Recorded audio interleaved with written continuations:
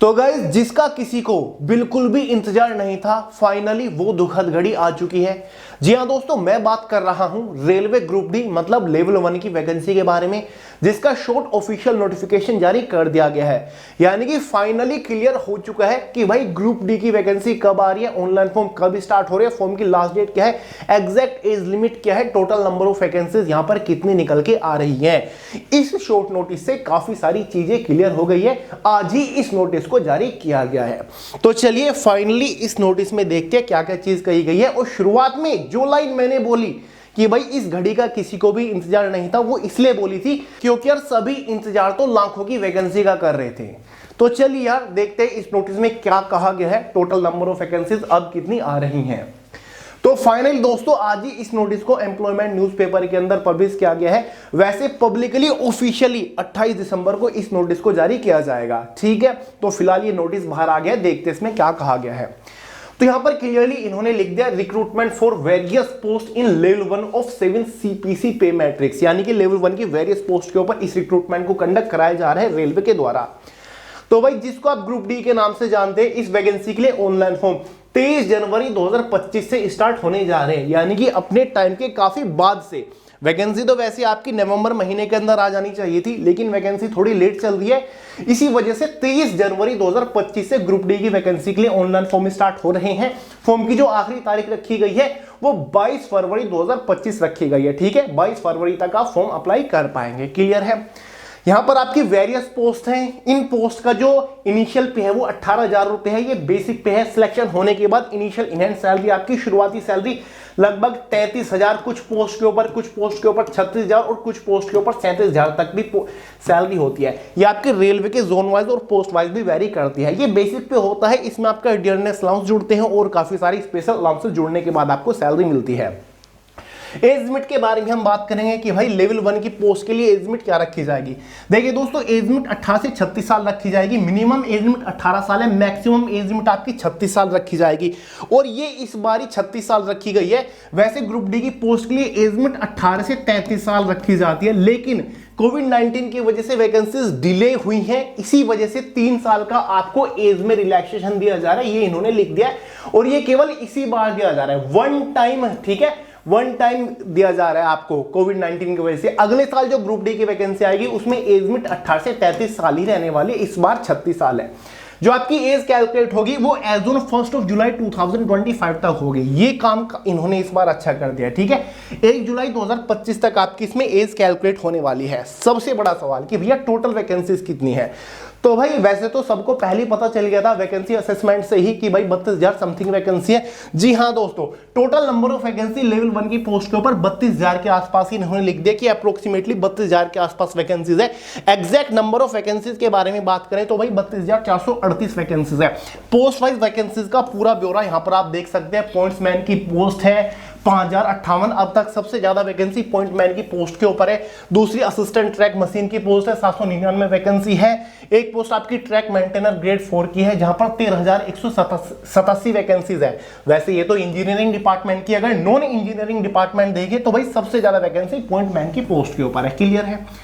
बात करेंगे दोस्तों सबसे बड़े सवाल के बारे में कि भैया एजुकेशन क्वालिफिकेशन के बारे में बताइए।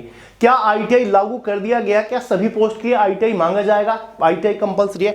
यहां पर इन्होंने क्या लिखा है, post wise education qualification and medical standard C annexure A in the detailed CEN, यानी कि दोस्तों जो सेंट्रलाइज्ड ऑफिशियल नोटिफिकेशन जारी किया जाएगा जो कि आपका 23 जनवरी को होगा। 23 जनवरी को जो इसका सेंट्रलाइज्ड डिटेल्ड ऑफिशियल नोटिफिकेशन आएगा उसी में ही पोस्ट वाइज एजुकेशन क्वालिफिकेशन के बारे में जानकारी दी जाएगी। तो ये तो क्लियर हो गया कि भाई सभी पोस्ट के लिए एजुकेशन क्वालिफिकेशन सेम नहीं रहेगी। पोस्ट वाइज एजुकेशन क्वालिफिकेशन रखा जाएगा, यानी कि हर एक पोस्ट के एजुकेशन क्वालिफिकेशन में डिफरेंस रहेगा। देखिए दोस्तों, ये तो यार रेलवे ने पहले ही क्लियर कर दिया है कि जो 10वीं लेवल की कुछ पोस्ट थी, 10th लेवल की पोस्ट, वो तो इन्होंने हटा दिया। उन पोस्ट के ऊपर तो रिक्रूटमेंट कंडक्ट नहीं कराई जा रही है। जैसे कि हॉस्पिटल असिस्टेंट की एक पोस्ट थी, यहां पर 10वीं पास कैंडिडेट एलिजिबल होते थे, लेकिन अब इस पोस्ट के ऊपर भर्ती कंडक्ट नहीं कराई जा रही। ऐसी असिस्टेंट डिपोट स्टोर की भी 10वीं पास वालों के लिए पोस्ट थी, इसको भी हटा दिया गया है। जनरल असिस्टेंट की पोस्ट भी 10वीं पास की पोस्ट थी, इसको भी हटा दिया गया। असिस्टेंट कैटरिंग की ये भी एक 10वीं पास वालों के लिए पोस्ट थी, इसको भी हटा दिया गया है। ऑफिस असिस्टेंट की पोस्ट को भी हटा दिया गया। ये काफी सारी पोस्ट 10वीं पास वालों की थी। लेकिन अगर देखा जाए इस बार जो 10वीं पास वालों के लिए पोस्ट है वो केवल 2 ही पोस्ट है, असिस्टेंट SNT यानी कि सिग्नल एंड टेलीकॉम और पॉइंट्स मैन बी। इस पोस्ट के ऊपर भी केवल 10वीं पास एलिजिबल हो सकते हैं। तो भाई इस बार ये 14 पोस्ट है। अब ये सेंट्रलाइज्ड ऑफिशियल नोटिफिकेशन आने पर ही पता चलेगा कि भाई इन 14 पोस्ट में से किस पोस्ट के लिए ITI कंपलसरी करा गया है और किस पोस्ट के लिए केवल 10वीं पास कैंडिडेट मांगे गए हैं। लेकिन यह बात तय हो चुकी है कि हां कुछ पोस्ट के लिए स्पेशल एजुकेशन क्वालिफिकेशन मांगी जाएगी। क्लियर है? तो भाई अभी तक यही चीज क्लियर हुई है कि हां पोस्ट वाइज एजुकेशन क्वालिफिकेशन रहेगी, सभी पोस्ट के लिए एक एजुकेशन क्वालिफिकेशन नहीं रहेगी। बाकी दोस्तों 23 जनवरी 2025 को जो ऑफिशियल नोटिफिकेशन आएगा उसमें सारी चीजें अच्छे से क्लियर होंगी। समझ गए? बाकी दोस्तों इसमें ये एज लिमिट का क्राइटेरिया इन्होंने दे दिया है, 1 जुलाई 2025 तक कैलकुलेट होगी। एग्जाम जो आपका होगा वो online computer based exam conduct कराया जाना है। क्लियर है? फॉर्म फीस बता दी गई है। शुरुआत में OBC ST SC general OBC EWS वालों से 500 रुपए चार्ज किए जाएंगे। ठीक है? एग्जाम होने के बाद 400 रुपए रिफंड कर दिए जाते हैं, 100 रुपए फॉर्म फीस हो जाती है। PWBD ST SC फीमेल्स के लिए 250 रुपए शुरुआत में फॉर्म फीस के रूप में चार्ज किए जाते हैं। एग्जाम होने के बाद 250 के 250 आपको रिफंड कर दिए जाते हैं। क्लियर है? ये सारी चीज कही गई है। तो दोस्तों ये एक शॉर्ट नोटिफिकेशन जारी किया गया है जिससे हमें पता चल गया कि भाई वैकेंसी कब आ रही है। इन सभी रेलवे जोन में आपकी वैकेंसी आएगी। ठीक है? जोन वाइज वैकेंसीज की सारी ऑफिशियल जानकारी हमें कब मिलेगी? वो मिलेगी भाई 23 जनवरी को। ठीक है? तो ये जोन बता दिया है कि इन जोन में 1 2 3 4 5 6 7 8 दूनी 16 रेलवे जोन में इस बार वैकेंसीज है। ठीक है? 16 रेलवे जोन में। तो इन रेलवे जोन में ग्रुप डी की पोस्ट के ऊपर वैकेंसीज निकलेगी। समझ गए? तो रेलवे जोन भी यहां पर आपको थोड़े से कम दिखाई दे रहे हैं। समझ गए दोस्तों? तो चलिए यार इस वीडियो में इतना ही था। नोटिफिकेशन में इतनी जानकारी थी, इससे ज्यादा और कोई जानकारी नहीं है।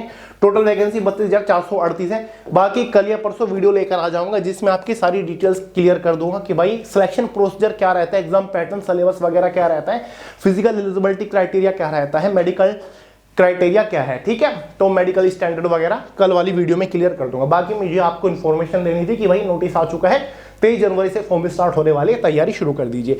बाकी दोस्तों रेलवे के किसी भी एग्जाम के लिए तैयारी कर रहे हैं तो जनरल अवेयरनेस को फोड़ने के लिए आपके पास रेलवे सामान्य अध्ययन की ये बुक जरूर होनी चाहिए। सारे प्रीवियस ईयर के क्वेश्चंस विद आंसर दे रखे हैं, स्टैटिक के टॉपिक वाइज दे रखे हैं। साथ ही दोस्तों मिक्स्ड 1 लाइनर जनरल अवेयरनेस के क्वेश्चन दे रखे हैं जो कि रेलवे एग्जाम में रिपीटेडली पूछे जाते हैं। लिंक डिस्क्रिप्शन बॉक्स में फ्लिपकार्ट अमेजोन से परचेज करके तैयारी शुरू कर दीजिए। तो चलिए दोस्तों इस वीडियो में इतना ही था। पसंद आए हो लाइक करिएगा, दोस्त के साथ शेयर करिएगा, चैनल को सब्सक्राइब करना मत भूलिएगा। मिलते हैं अगली वीडियो में बहुत ही जल्द, तब तक के लिए जय हिंद।